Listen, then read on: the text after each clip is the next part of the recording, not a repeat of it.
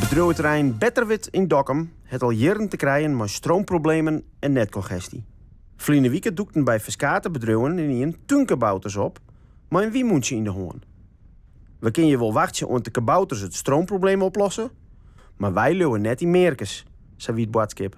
Nee, die heb ik zeker zelf net al zet. Het is voor u ook een verrassing dat er is zit. Die wiemoeners, daar ga je tussenwieken oer, daar gaat het hier al een paar jaar oer, die willen je hem graag. Nou, die willen we graag. Wij zoeken naar oplossingen. En voor de energieproblemen die we zoeken aankomen. En wiemolens is een van de oplossingen die erbij is. Ja. Een van de bedrijven die de stroomproblemen het slimst binnen, is drukkerij Probo. Nou, wij rennen met name in de piekbelasting rennen wij vast. Dus wij hebben bepaalde grens op lijn kregen Trolliander. En daar komen wij regelmatig boven.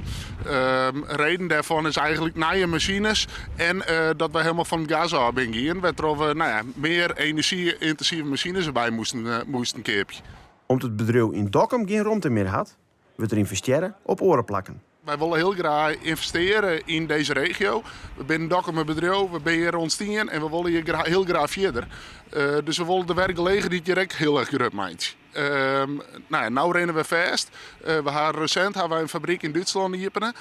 En daar zetten we nu al nieuwe machines deel die we normaal eigenlijk in Dokkum hier in deel zetten.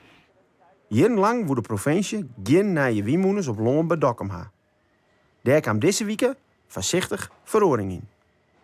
Dat er nou een puntje aan de horizon plaats wordt van mogelijk dat er uitbreiding mogelijk is op wiemolens die net in de geëikte gebieden staan, is een heel goed begin.